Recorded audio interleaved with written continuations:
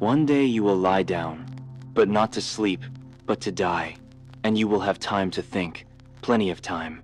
The mind flies fast when the body stops, and it is in that final silence where the truth appears. The truth of who you were, of who you could have been, and were not. You will look back, and what will hurt you are not the mistakes. It is the opportunities you did not have the courage to seize. The dreams you buried alive, the words you swallowed out of fear, the decisions you postponed until there was no other option left. Regret is not fiction. It is not just philosophical talk from the elderly. It is neuroscience. The neuropsychologist Daniel Kahneman, winner of the Nobel Prize in Behavioral Economics, demonstrated that, at the end of life, the pain of regret for not having done something is greater than the regret for having done something wrong. Regrets of omission hurt more than those of action, because the what if never has an answer. The Australian nurse Bronnie Ware spent years caring for terminally ill patients. She recorded what she heard from them in their final days, and among all the regrets, 5 always appeared. One of them? I wish I had had the courage to live a life true to myself, not the life others expected of me. That phrase sums it all up. Did you really live, or did you just survive? Were you the protagonist or a supporting character in your own story? Because yes, you followed the plan. The playbook. You went to college, got a decent job, paid bills, obeyed. But deep down, in silence, every day you suffocated a piece of yourself, until only a well-behaved, functional, and dead inside ghost remained. You think you did the right thing, but now, at the end, you realize that you were correct, not alive. You traded passion for practicality, freedom for comfort, truths for convenience, love for distractions. You surrounded yourself with superficial people because deep people scared you, confronted you, made you think too much. You accepted jobs that made you sick, relationships that diminished you, routines that slowly killed you, and you told yourself, it's just for now. It's just until things get sorted out. But things never got sorted out because you never touched them. You had 1,000 excuses. And now, on the deathbed, none of them work anymore. Time is up. Luck has expired. The body no longer responds, and only the mirror remains. Consciousness. You will remember the moments when you could have said, I love you. And you didn't say it because you thought the other person already knew, because you thought you would have another chance. And now those people are no longer here, or worse, they are alive, but they left, tired of waiting for your courage. You will remember all the promises you made to yourself. One day, I'm going to learn to play the guitar. One day, I'm going to live abroad. One day, I'm going to quit this job. One day, I'm going to open my business. One day, I'm going to live from what I love. But one day turned into never. And you spent your life preparing to live, but you forgot to live. You will remember the anxiety attacks over things that seem ridiculous today. You will laugh or cry for having listened to people who never understood you, for having sought approval from those who never saw you, for having mutilated yourself in the name of acceptance. You self-sabotaged like a master, you postponed like a specialist, you survived like a professional, and now you die like an amateur. The greatest tragedy is realizing that time was the only resource that mattered, and you traded it for distractions. Series, feeds, porn, repetitive work, empty conversations, escapes. You were young, and you didn't understand that youth is not a right. It is an opportunity. You waited for the right moment. But the right moment was that one, right there. When you could still get up, change, act. You waited to have certainty, but certainty does not exist. Only decision. You waited for support, but no one was going to come and save you. You waited to be ready, but no one is. Never. You wanted security, and now you have it. In the form of a white, cold bed, surrounded by beeping machines. Congratulations. You made it safely to the end. You could have been everything, but you chose to be only what was expected. You chose to please, to fit in.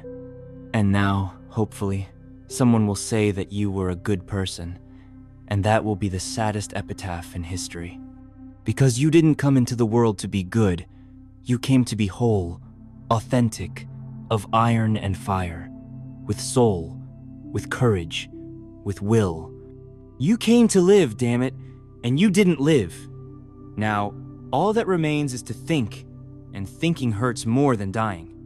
If there is still time, if you are not on that bed now, perhaps this is your last chance to do things differently. Maybe it is your warning. Close that tab. Get up. Face it. Choose bravely. Do something worthy of your name. Even if we know we are within an existential, absurd, what hurts most about regret is not a big mistake, but the constant, silent no you gave to your own life. Think about this. The fear of acting is, in reality, the fear of unpredictability.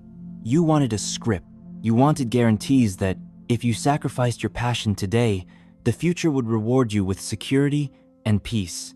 This search for security is a trap. It is the big lie that society, and worse, your own mind, sold you. You convinced yourself that postponing life was a form of control. I'll be ready when I have X money, Y stability, Z approval. What you were doing was externalizing your value, placing your potential in a hypothetical future that would never arrive. Because the future is not a guaranteed destination, it is a precipice you have to jump over every morning. Anxiety, that constant companion that kept you awake, was not a sign of weakness. It was the alarm signal of your soul screaming that you were betraying it.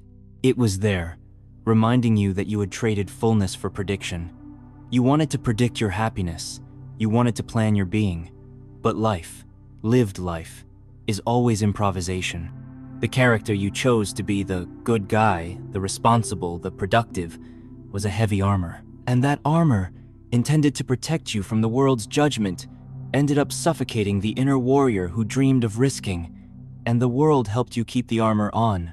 Every job promotion you accepted without joy, every relationship you maintained out of inertia, every night you filled with noise so as not to hear the silence of your own heart. All of that was external validation of your captivity. They told you, you're doing well, you're doing the right thing, but on that cold bed, that validation dissolves. You realize that the world only applauds what it understands. And it never understood the bold, undivided person you would have been if you had dared. True maturity is not accumulating assets or titles. It is the ability to face the unknown. It is embracing uncertainty as the only truth. The price of freedom is constant doubt. The path of authenticity offers no map, only an internal compass that demands to be calibrated daily with courage. You do not die from the pain of battle. You die from the silence of surrender. You die because one day, you stopped asking, what do I want to be? And started asking, what should I do? And those two questions never lead to the same place. If you have the chance to get up now, do not look for the safe path. Look for the path that makes you feel whole, even if it leads to solitude and failure. Failure is only proof that you tried. Regret is proof that you didn't even show up. You are here now, and you need to make it worthwhile, because the future is not a guarantee. It is an invitation, and it is running out. By the way, the future does not even exist, but pay attention. This video is not meant to generate anxiety and pressure. It is, on the contrary, meant to remind you that to live is to look at chaos and smile calmly. It is to lose without despairing, to win without getting lost. It is to understand that nothing lasts, and yet love the instant as if it were eternal. For the true art of living is in walking lightly, knowing that everything that comes goes. It is not about conquering the world. It is about not being conquered by it. Never, however mortal we may be. If you prefer to support with a super thanks, know that every gesture counts, and greatly so. And if you only watch, comment, and share, you are already part of it. You are essential. No one is alone here.